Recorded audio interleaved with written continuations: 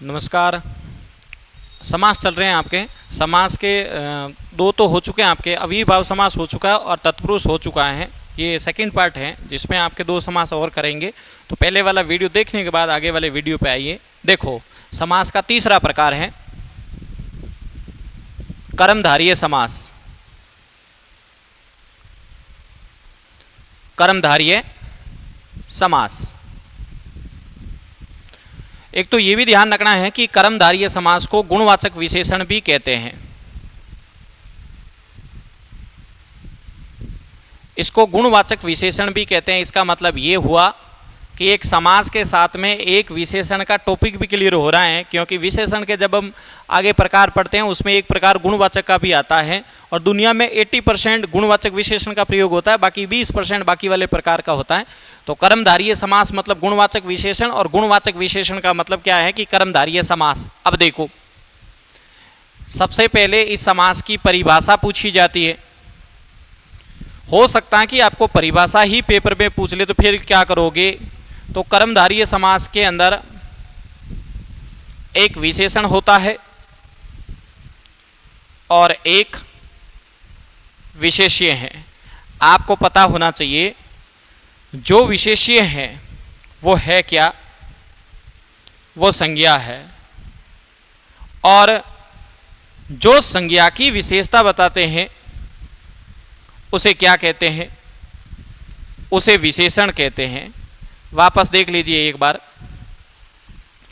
इस समास के अंदर यानी कि एक परिभाषा है, सैद्धांतिक सवाल पूछ लिए जाते हैं। कई बार समास के अंदर सीधी परिभाषा पूछ ली जाती है, उसे में आपको परिभाषा याद होनी चाहिए। बाकी परिभाषा से कोई उदाहरण क्लियर नहीं किए जाते हैं, क्योंकि समास के हर सवाल करने में पहचान आनी चाहिए कि भाई इस समास की ये पहचान है, इस समास की ये पहचान है, इस समास की ये पहचान है। ये सैद्धांतिक सवाल है, उस समय पूछ लिए जाते हैं, तो आपको मुंह पे सीधे याद होने चाहिए कि इस समास की ये परिभाषा है। तो कर्मधारय समास के अंदर एक विशेषण और एक विशेष्य होता है। विशेष्य का मतलब है, क्योंकि आपको पता नहीं चलता विशेष्य और विशेषण क्या है, क्योंकि हो सकता है कि इसको ये भी कह दें तो भी आपको घबराने की कोई बात नहीं है। कई बार ये परिभाषा भी पूछ ली जाती है, उपमान और उपमेय। तब भी ध्यान रखना है कि आपको कर्मधारय समास की ओर ही जाना है। तब भी आपको ध्यान रखना है कि कर्मधारय समास की ओर ही जाना है। देखो, यानी कि इसमें एक विशेषण होगा और एक विशेष्य होगा। जो विशेष्य का मतलब क्या है, क्योंकि विशेषण विशेष्य उपमेय उपमान से आप भूल जाते हो, सवाल करते समय आप चूक जाते हो कि यार कौन सा उपमान है, क्या उपमेय है, कौन सा विशेषण है, कौन सा विशेष्य। तो इसको ईजी करने के लिए यह है कि जो विशेष्य है वो संज्ञा है और जो संज्ञा है वो विशेष्य है, और जो संज्ञा की जो विशेषता बताता है उसे क्या कहते हैं? विशेषण कहते हैं। ये समास की परिभाषा है। अब देखो, अब सवाल करने का तरीका देखो। एक तो सवाल हो सकता है कि आपको इस तरीके से पूछे, समस्त पद। समस्त पद में पूछा जा सकता है, या दूसरा तरीका क्या है? विग्रह।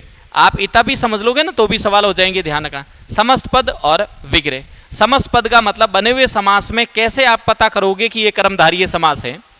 तो समस्त पद के अंदर अगर किसी समास के अंदर आपको रंग दिखता है, गुण दिखता है, भाव दिखता है, गंध दिखता है, दशा दिखती है, दिशा, इस प्रकार से शब्दों का मतलब बने हुए समास के अंदर आपको रंग, गुण, भाव, गंध, गुण, दशा, दिशा, इस प्रकार के शब्द दिखते हैं तो समास कौन सा है? कर्मधारय समास है। छोटी छोटी पहचान से आपको पकड़ में आ जाएगा। विग्रह। विग्रह के अंदर तीन तरीके आने चाहिए, यानी अगर आपको है जो दिखता है, या अभी हो जाएगा समास के समान दिखता है, या आपको क्या दिखता है? रूपी। इन तीनों में से कोई भी विग्रह दिखता है तो समास कौन सा होगा? कर्मधारय समास है। वापस एक बार देखिए, इतने में भी आपका कर्मधारय समास पूरा कर सकते हो। ध्यान रखना, कोई सवाल गलत नहीं होता है, बस ये तरीका आना चाहिए, ध्यान रखना है। सारे सवाल तरीके से क्लियर होते हैं, ज़्यादा मातापची करने का कोई काम नहीं है। हिंदी बिल्कुल एक इजी है, ध्यान रखना है। उसको आप पढ़ाने का तरीका हार्ड बना देते तो वो एक अलग बात है, बाकी बहुत इजी है, ध्यान रखना है। देखो, कर्मधारय समास के अंदर एक विशेषण और एक विशेष्य होता है। हम ये भी कह सकते हैं कि एक उपमान और उपमेय होता है। विशेषण का विशेष्य का मतलब होता है कि जो विशेष्य है, जो संज्ञा है, और जो संज्ञा की विशेषता बताई जाती है उसे क्या कहते हैं? विशेषण कहते हैं। समास, कर्मधारय समास को गुणवाचक विशेषण भी कहते हैं। कर्मधारय समास तत्पुरुष का भेद माना जाता है, ये भी आपको पता होना चाहिए। क्यों तत्पुरुष का भेद माना जाता है, अभी इसका जिक्र भी कर देंगे। लेकिन बने हुए समास को देखते हो तो आपको इसको रंग दिखना चाहिए, इसकी गंध दिखनी चाहिए, इसका गुण दिखना चाहिए, इसकी दशा दिखनी चाहिए, इसका रूप दिखना चाहिए, ध्यान रखना है, दिशा दिखनी चाहिए। लेकिन आप विग्रह देखते हो तो है जो के समान रूपी, इनमें से कोई भी आपको विग्रह में दिखता है तो समास कौन सा हो जाएगा? कर्मधारय। मैं ऐसा क्यों कह रहा हूं कि पेपर में बना हुआ सवाल आएगा तो आपको यहां से दिख जाएगा, और पेपर वाला खुद विग्रह करके देगा तो वो खुद लगा के देगा इनमें से कोई शब्द। विग्रह में इनमें से कोई शब्द लगा के देता है तो आप कर्मधारय में सीधे जा सकते हो, ये ध्यान रखना है।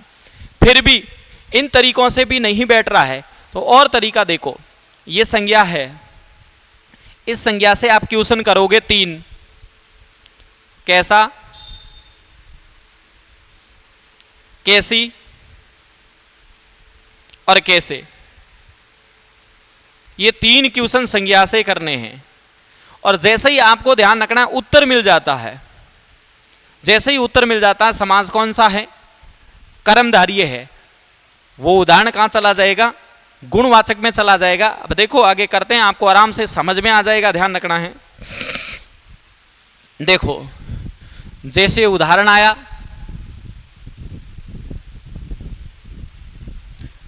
वीर बाला,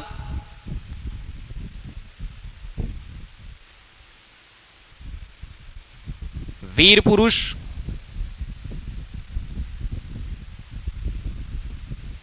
नीलकमल,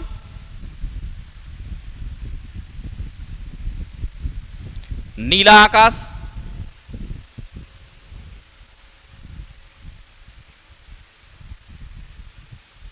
थोड़ा छोड़ के लिखते हैं, विग्रह में समझ में आ जाएगा। अभी आपको समझा देंगे, टेंशन मत लो। काली मिर्च,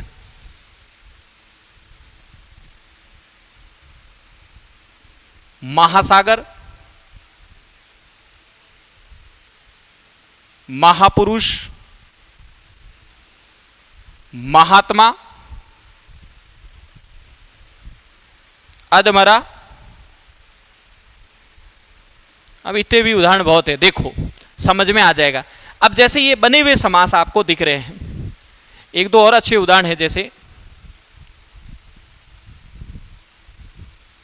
सजन, सन्मार्ग,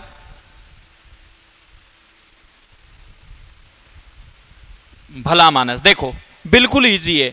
अब ये सारे आपको बने हुए समास दिख रहे हैं, लेकिन 2 तरीके हैं कि एक तरीका तो आप ये वाला अपना, जैसे ये वीर वाला दिख रहा है तो समस्त पद दिख रहा है, तो समस्त पद में वीर के यहां पर गुण दिख रहे हैं, ध्यान रखना। एक तरीका ये अपना सकते हो, दूसरा तरीका आप ये अपना सकते हो। ये ध्यान रखना है, इस बाला के गुण दिख रहे हैं कि बाला कैसी है? वीर है। लेकिन आप ये तरीका अगर आपके नहीं बैठ रहा है तो आप दूसरा तरीका अपना सकते हो। कैसे? मैंने कहा संज्ञा से क्वेश्चन करोगे 3, कैसा, कैसी और कैसे। बाला कैसी है? वीर। उत्तर आ रहा है, उत्तर आ रहा मतलब कर्मधारय समास और गुणवाचक विशेषण। पुरुष कैसा है? वीर। कमल कैसा है? नीला। उत्तर आ रहा है, कर्मधारय, बिल्कुल इजी है। आकाश कैसा है? नीला। संज्ञा से क्वेश्चन कर रहे हो। मिर्च कैसी है? काली। सागर कैसा है? महान। पुरुष कैसा है? महान। आत्मा कैसी है? महान। मरने की विशेषता है कि कितना मरा? आधा मरा है, अध मरा। आप कौन ठोक ठोक नदमरियो कर दियो। इसका मतलब सारे उत्तर आ रहे हैं, ध्यान रखना है। कैसा, कैसी और कैसे। संज्ञा से क्वेश्चन करोगे, संज्ञा से जैसे ही क्वेश्चन उत्तर आते हैं, समास कौन सा हो जाएगा? कर्मधारय समास हो जाएगा। अब देखो इसमें आ रहा वीर है जो बाला, यानी कि विग्रह करते समय अगर आपको है जो दिखता है तो समास कौन सा है? कर्मधारी है। वीर है जो पुरुष, यहां पर भी क्या आ रहा है जो आ रहा है। नीला है जो कमल, नीला है जो आकाश। अच्छा, एक बात ये ध्यान रखना है, ये उदाहरण हो सकता है कि ऐसा उदाहरण भी पूछा जा सकता है आपको कि ऐसा कौन सा उदाहरण है जिसमें संधि है और समास है।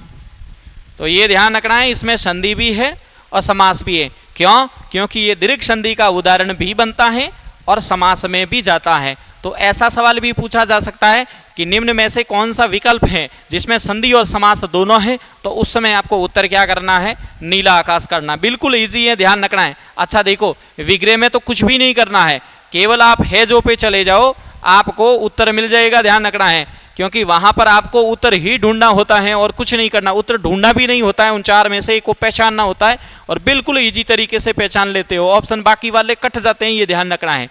मिर्च की विशेषता है कि मिर्च है जो काली है जो मिर्च, यानी क्या आ रहा है जो आ रहा है। मां है जो सागर, सागर की विशेषता है। अब देखो समझ भी सकते हैं कि इस सागर की विशेषता है, इस मिर्च की विशेषता कि ये भी मिर्च काली है कि लाल है कि कैसी है, हरी है, कैसी मिर्च है, ये ध्यान रखना है। ये पुरुष है जो दिख गया। आत्मा है जो, महान है आत्मा। अब ये ध्यान रखना, सवाल बहुत अच्छा सवाल है। हो सकता है कि आपको संधि में पूछ ले, समास में पूछ ले, शब्द शुद्धि में पूछ ले, मूल शब्द में पूछ ले। जब भी कोई शब्द के इतने चांस बनते हैं तो फिक्स होता है कि वो कहीं ना कहीं आ जाता है। ध्यान रखना है, इसलिए ऐसे शब्द आने से ये ध्यान रखना है। ये देखो, ये भी अच्छा शब्द है, ध्यान रखना है। आधा है जो मरा, ये ठोक ठोक नद मरी। ये देखो, ये संधि में पूछा जा रहा है और उपसर्ग में पूछा जा रहा है, क्योंकि यहां जो उपसर्ग है वो विसर्ग नहीं है, बिना अद वाला है। क्योंकि मैंने आपको समझाया था विसर्ग युक्त उपसर्ग वो होगा जहां पर ओ की ध्वनि होगी, इसलिए बिल्कुल इजी है, ध्यान रखना है। देखो, ये सवाल भी पूछा जा रहा है, सत्य है जो जन। अच्छा, यहां पर संधि कर लेना ढंग से पहले, क्योंकि व्यंजन संधि का उदाहरण है ये व्यंजन संधि हुई। ये बनी हुई संधि में 55 नजर आते हैं तो वहां पर व्यंजन संधि होती है। 55 का मतलब कैसे, ये 5 हुआ, ये 5 हुआ। बनी हुई संधि में 55 नजर आते हैं तो संधि कौन सी है? व्यंजन है। अब यहां पर भी शत है जो मार्ग हो जाएगा। ये भला है जो मानस, ध्यान रखना है। यहां पर क्या आ जाएगा? है जो आ जाएगा। यहां है जो आ जाएगा, यहां है जो आ जाएगा। बिल्कुल इजी है, आराम से कर सकते हो, ध्यान रखना, कोई दिक्कत नहीं है। यानी कि एक विग्रह के अंदर तो आपको है जो दिखते हैं, तो कैसा कैसी से वैसे करोगे, कोई भी उत्तर गलत नहीं होगा, सारे उत्तर आ जाते हैं। कर्मधारय समास सबसे इजी होता है, केवल पहचान आनी चाहिए, आपको ये ध्यान रखना है। उसी प्रकार जैसे देखो उदाहरण आ गया,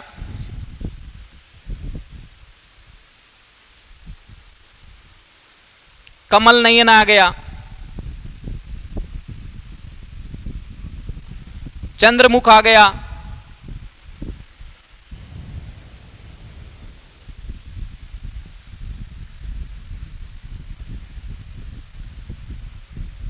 चरण कमल आ गया,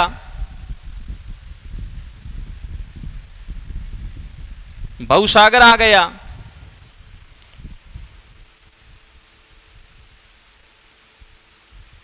मुख चंद्र आ गया। अच्छे उदाहरण है, ध्यान रखना है। अब देखो, कमल नयन का मतलब होता है कैसे हैं कमल, कमल के समान, यानी कि ये नयनों की विशेषता है कि ये नयन है कैसे, ये कमल के समान है, ध्यान रखना है। यानी इसका मतलब है कि यहां आपको विग्रह में क्या मिलेगा? के समान मिलेगा। मुख, इस मुख की विशेषता है कि ये मुख किसके समान है? ये चंद्र के समान है, यानी कि किसके समान है, माना गया है, होता नहीं है, ध्यान रखना है। ये के समान का मतलब एक तरह की उपमा है, दो दी जा रही है, ध्यान रखना। उपमा दी जाती है तो इनको दी जा रही है, ध्यान रखना। उपमा दी रहे हैं, इनको उपमा दे दी, कि भाई जो आपकी जो आंखें हैं वो किसके समान है? कमल के समान है। आपका जो मुख है वो किसके समान है? चंद्र के समान है। लेकिन यहां पर ध्यान रखना है, अब यहां पर तुम कर दोगे तो गड़बड़ हो जाएगा। ध्यान रखना है, यहां के समान नहीं है, यहां रूपी है। रूपी का मतलब रूपक होता है, और रूपक का मतलब आरोप होता है, और आरोप का मतलब एक तरह की दादागिरी होती है। आरोप लगाया जाता है, ध्यान रखना है, जानबूझकर आरोप लगाया जाता है, ध्यान रखना, जानबूझकर। अब यहां पर भी आरोप लगा रहे हैं, एक तरह की दादागिरी कर रहे हैं कि चरण रूपी कमल है या नहीं है, लेकिन है। बहुरूपी सागर, यानी सागर रूपी भव होगा, कमल रूपी चरण होंगे। ध्यान रखना, उल्टा चलेगा, ये ऐसे आ जाएगा, सागर रूपी भव, कमल रूपी चरण, मुख रूपी चंद्र, चंद्र रूपी मुख, उल्टा करना है, वापस ध्यान रखना है। एलो आने से ये ध्यान रखना है, गलत नहीं करना है, विशेष तौर से ध्यान। अच्छा, दो विशेषण भी दिए जा सकते हैं, कैसे? देखो, जैसा पका नहीं, सीधा सादा, क्या तो बापड़ो ही दो हादो है, जैसे ऐसे आता ना, देवर्षि, राजर्षि, लाल शुर्क। इसका मतलब क्या है? ये यहां कह रहा है, ये दो दो विशेषण आ रहे हैं, ध्यान रखना है, एक साथ दो दो विशेषण कह रहे हैं कि देवर्षि, कि देव है, जो देव है, जो ऋषि है, ये डबल विशेषता है। ये देवता भी है, ये ऋषि भी है, ये राजा भी है, ये ऋषि भी है। दो दो विशेषताएं हैं कि वो तो बापड़ो हिदो हादो है, हिदो भी है और हादो भी है, दो दो विशेषता है। वो तो अन्ना बदमाश है, अनाप ही है, बदमाशी है, यानी दो दो विशेषताएं आ रही है, दो दो विशेषण आ रहा है, ध्यान रखना है। लाल भी है, शुर्क भी है, ध्यान रखना, डबल डबल विशेषताएं, ध्यान रखना। अच्छा उदाहरण है, पूछा जा सकता है ये। यानी अब इसका विग्रह कैसे करना है? जो राजा है, जो राजा है, जो ऋषि है, जो देव है, जो ऋषि है, जो सीधा है, जो सादा है, जो सीधा है, जो सादा है, ध्यान रखना। ऐसे ऐसे लिखना है, जो देव है, जो ऋषि है, ऐसे लिखो तो कंफ्यूज नहीं होंगे। एक ऊपर वाली लाइन एक नीचे लिख लेना, पता चल जाएगा। बाकी बिल्कुल इजी है, कर्मधारय समास आप कैसा कैसे से भी कर लोगे। ये तो ठीक है कि आपको उदाहरण से समझाया जा रहा है, ये ध्यान रखना है। अगला देखो समास, जैसे चौथा समास है आपका द्विगु समास। बिल्कुल इजी है। देखो, अब तुम कहोगे इतना इजी भी क्या होता है? बिल्कुल होता है। द्विगु समास में ध्यान रखना है, पहला पद संख्या होगा। बने हुए समास में देखोगे तो, विग्रह में जाओगे तो आपको क्या दिखेगा? समाहार या समूह। अब देखो, आप इतना भी करते हो ना तो भी द्विगु समास कर लेते हो, गलत थोड़ी होता है। क्यों? क्योंकि आपको यहां दिख जाएगा कि भाई बना हुआ समास देखना है तो उसमें पहला पद संख्या दिखना चाहिए, और विग्रह में जाओगे तो आपको समूह या समाहार दिखना चाहिए। मैं तो ये मानता हूं कि इतने में भी द्विगु समास हो जाता है, लेकिन ये ध्यान रखना है, केवल गिनती नहीं, केवल गिनती नहीं होनी चाहिए। केवल गिनती आ रही है ऐसे, जैसे मान लो आ गया 28, तो ये समास नहीं होगा। तो गिनती के साथ में कुछ जुड़ा हुआ होना चाहिए, बस ये इतना, ये समास पूरा है। द्विगु समास कंप्लीट इस शब्द पे है, गिनती के साथ कुछ जुड़ा हुआ होना चाहिए तो द्विगु समास होगा। कैसे? देखो, अभी आपको करवाते हैं। गिनती आनी चाहिए, जैसे देखो 2, 3, 4, 5, 6, 7, 8, 9, 10, 100, 700, बस। लेकिन इस केवल गिनती, अब देखो, केवल गिनती नहीं, गिनती के साथ में कुछ जुड़ा हुआ होना चाहिए, गिनती के साथ में कुछ जुड़ा हुआ होना चाहिए, गिनती के साथ में कुछ जुड़ा हुआ होना चाहिए, गिनती के साथ में कुछ जुड़ा हुआ होना चाहिए। तो समास कौन सा है? द्विगु। उदाहरण से भी पता चल जाएगा, आपको ध्यान रखना है। जैसे देखो दूहू पैर। अब एक बार तो इसको समझा देता हूं, जैसे आपको पूरा ढंग से समझ में आ जाए, फिर लिखूं उदाहरण। जैसे उदाहरण आया दू पैर, उसी प्रकार जैसे उदाहरण आया चौरया। अब वो ऐसे दे रहा है, आपको कैसे पता चलेगा ये द्विगु समास है या नहीं है? मैंने कहा गिनती होगी, केवल गिनती नहीं, गिनती के साथ में कुछ जुड़ा हुआ होगा। तो देखो चौ का मतलब क्या होता है? 4। मैंने कहा गिनती के साथ में कुछ जुड़ा हुआ होगा, ये जुड़ा हुआ है कुछ, समास कौन सा? द्विगु। क्लियर? दू का मतलब क्या होगा? 2। मैंने कहा केवल गिनती नहीं, गिनती के साथ में कुछ जुड़ा हुआ होगा, कुछ जुड़ा हुआ है, तो समास कौन सा? द्विगु। कंप्लीट है समास, ये ध्यान रखना है, बस ये आता है, ये ध्यान रखना, समास आपको आ रहा है। अब देखो उदाहरण देख लो, पता चल जाएगा। जैसे उदाहरण आ रहा है त्रिभुज, तिराया। जैसे देखो चौराया,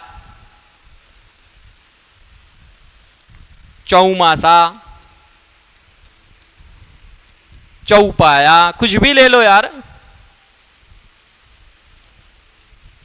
जैसे पंसेरी, पंचवटी, ये अच्छी उदाहरण है, दोनों ही ध्यान रखना। उसी प्रकार देखो थोड़े,